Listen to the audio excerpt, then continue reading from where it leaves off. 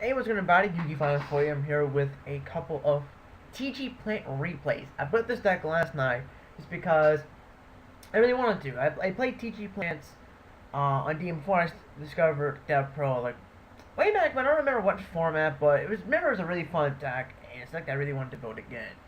And before I start the replays, I'm gonna get this out. No, I did not copy WK I did not copy anybody. I built this shit last night. People can vouch for me, so I don't want anybody saying, "Oh, you copy this guy, you copy that guy, you copied him." Nah, nah, nah, nah, nah, nah, nah, nah, nah. And I would just ignore you because I didn't copy anybody. I legit built this deck last night before people like WK even uploaded it to the channel. So, TG Plants versus x-sabers.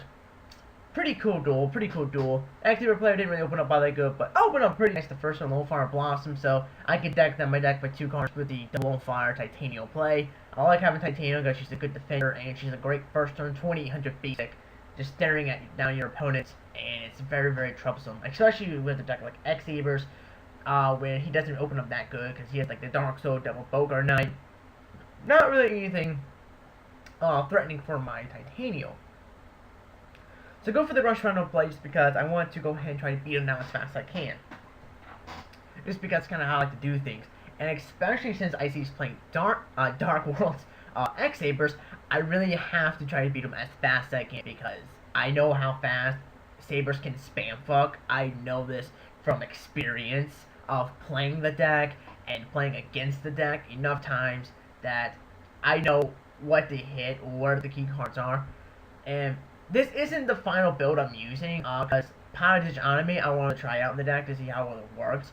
I still hate this card with a bloody passion. The Enemy sucks, it's a horrible card, and this thing's been taken out for something else.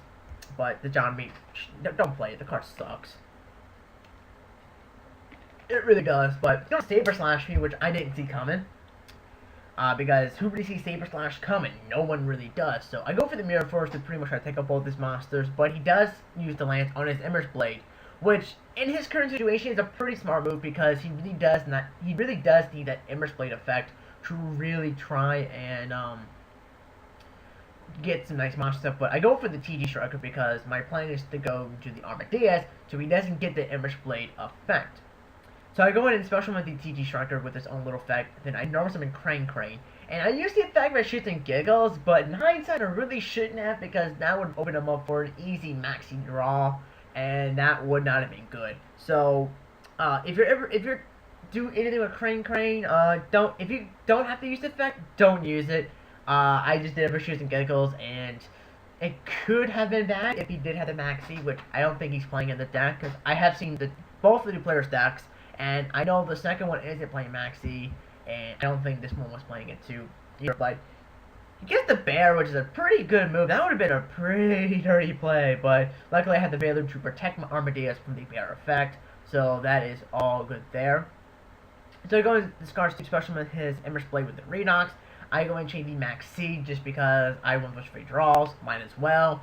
I know he has Fultron in his hand, so I'm trying to get as many draws as I possibly can before I have to warning the Fultron, which is pretty much after this draw right here. He goes for the Fultron, and I'm going to warning that because I'm not going to get that Fultron play out. That's too deadly of a card to allow him to have, especially since it can run over from Armadillos, and I really want this card for later on. It's a great card against things like Ember's Blades.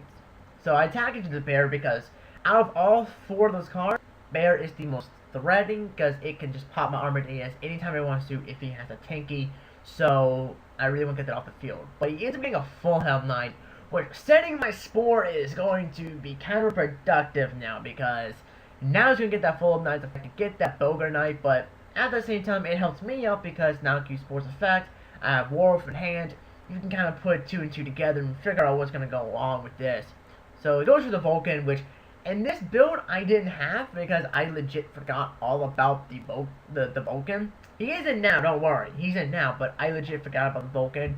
And I would have Vulcan in the second duel as well because I just kind of forgot about him. It just kind of slipped my mind. Right here, I could have actually done the Poundage Enemy and then done the Black Rose because I'm not going to be battling this turn. So I could have done it then, but there's been no point.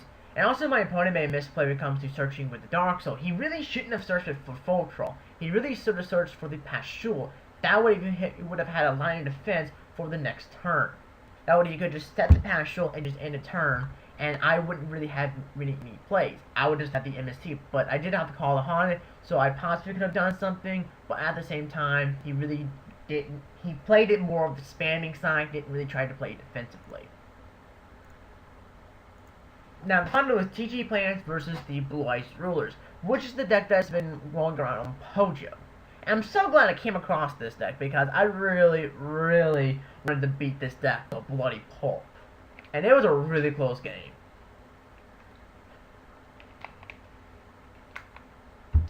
Because people are calling this the Dragon Ruler Revival. This is Neo Dragon Rulers, where Dragon Rulers as a deck is dead. I'm sorry, people. As an engine, like using one of the Dragon Rulers just to help out your decks, that's alive. But Dragon Rulers as a deck is dead. You cannot make Dragon Rulers as a deck anymore. They're mainly support, that's all they are, and that's all it is. It's all over Dragon Rulers. So we're not going to see Dragon Rulers topping, we're going to see decks that may use Dragon Rulers as sort of an engine now, as support cards, instead of a physical Dragon Ruler deck, like we've been seeing in the past formats. But it's pretty nice. I got that 30 cherries, so I was able to deck them by to 2 cards, but the sad part is, off that maxi, I did drop Lone Fire Blossom, so I can't do the double Lone Fire plays, but that does end up helping me out in the long run. It really does. So, normally that would be a bad thing, but later on in the game, that is a godsend that I had the second Lone Fire in hand, because it really helped me out in the game. So I had a lot of luck factored in this game. Just a lot of luck stacked on my opponent there. So he summons the Mythic Wood Dragon, special summons the Mythic Water Dragon, trying to choose the fact because he's going to go for a Felground, or the Heliotrope. I don't know which one he's going to go for, because he does play both Felground and the Sun Dragon for Heretics. But I'm not taking any risk. I am going to Valor that Mythic Wood Dragon, because I don't want a rank 8 to come out. That's going to be too deadly, but this does give me the opportunity to go into a Drago Sack, since Valor is now gone. I could have used Titania's effect to get the Wood Dragon's effect, but I wanted to keep Titania on the field. That way he was still forced to pop Titania with Drago Sack. I didn't want him popping my face down. I didn't want him popping my cherries. I wanted him to pop Titania. So I'll go for the Invade Face Typhoon, hit the Dragon Carnation, which is a damn good hit, because that would have been a nasty, dirty card for him to actually have on me. So I go ahead and use the Dark Orb to get rid of the rest of the monsters. Dragon Sack does still live, but not for long. So especially with the Striker, normal summon Lone Fire, use the Lone Fire's effect, especially my Dandelion. Then I sync up for the Allied Justice Catastor and get 2 free Dandy tokens. So having that second Lone Fire in hand was a godsend. That was not bad at all. So I was very happy I had that second Lone Fire in hand, so I can get those 3 Dandy tokens. So Catastor effect takes a dump on the Drago Sack, and that's all I can do. Yes, I'm aware that Star Eater is a card, and will actually be dishing that out on his turn, but I needed that Dragon Sack off the field, because that would have been too nasty of a card to leave on there. I can deal with Star Eater a lot more easier than a Dragon Sack. So it goes for the he goes for the Debris Dragon play, summon the Mythic Wood Dragon, and he's gonna go for the Star Eater, like I said, and attack into my Catastor, and I'll take 1,000 damage. So the first damage of the duel was finally dealt, and it sadly was him dealing damage to me, but oh well. It ain't over, the fat lady sings. So I get the Mirror Force, which is like, yeah, I'm getting rid of Star Eater this turn. That's Mirror Force, still fucks over Star Eater. You just don't use it when it attacks.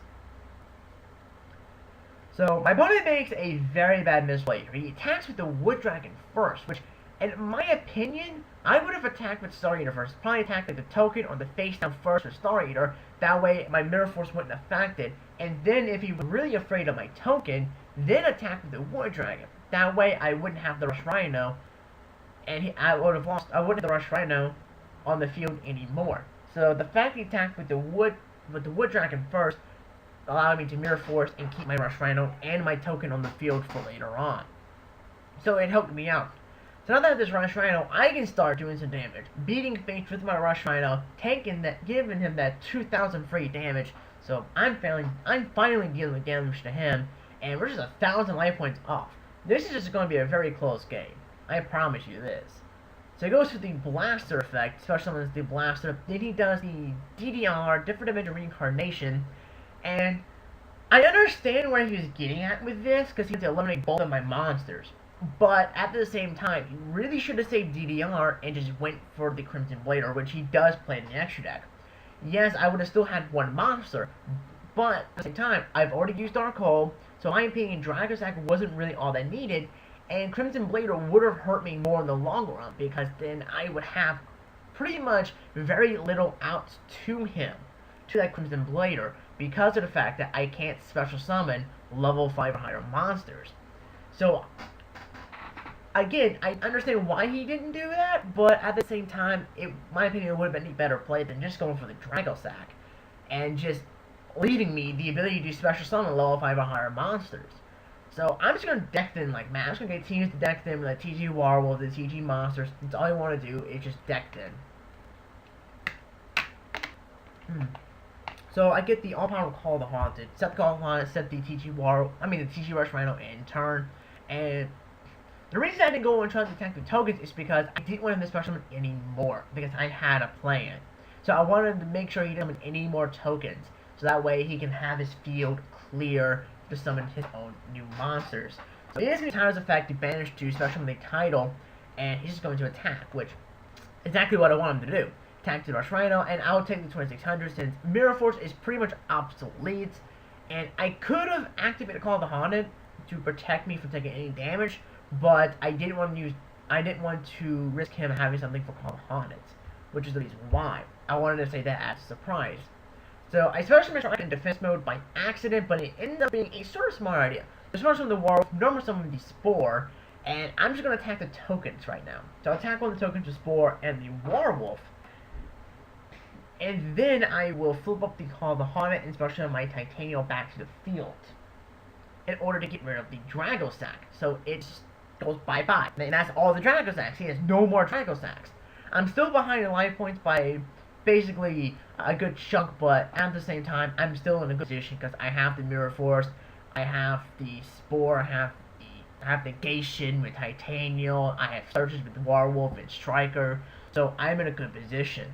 So he goes and attacks to my Spore. I go ahead and change Mirror Force just because I want to keep Spore in the field as much as I can, and he just sets the card's constants with a trade face down.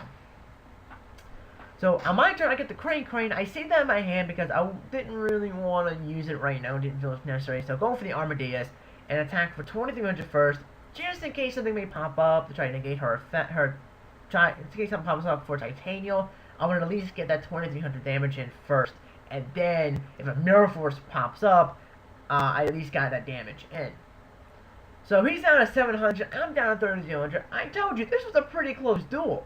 I mean, it was really close. So it goes for the Upstart Goblin, gives me some sweet 1,000 extra life points, summons the Mythic Dragon Ruler of Water, and summons the Veil, goes to the Colossal Fighter, and attacks into my Armadeus. Probably I think maybe is the best move, but at the same time, he could have gone for other things, like he could have gone for Crimson, but Crimson wouldn't have hurt me at this point in time because I do have the Crane, and my plan is to pretty much destroy that Colossal Fighter and go for the Zimmates. I'll be taking quite a bit of damage, but at the same time, I need Colossal off the field. I'm in a situation to where that thing is just too powerful, and my only out really is Zimmates. I could have gone for Leviair, but there's nothing in my extra deck that can run over the Colossal Fighter and keep it gone like a Zimmates could. So I set the Vanishing Over formula to draw a free card off of it, get the warning, can't use it now, so there's no point in setting it, so I'll keep it in my hand, and destroy the Colossal with my Zimmates. So now Colossal's gone forever. He gets the Dark Hole, which I'm surprised he didn't play. He got the Gold Sark, and he can't do anything after that. Even if he did Dark Hole, I still had Zimmates, and I think he has something else in his graveyard from the Dragon Rulers. I'm not too sure.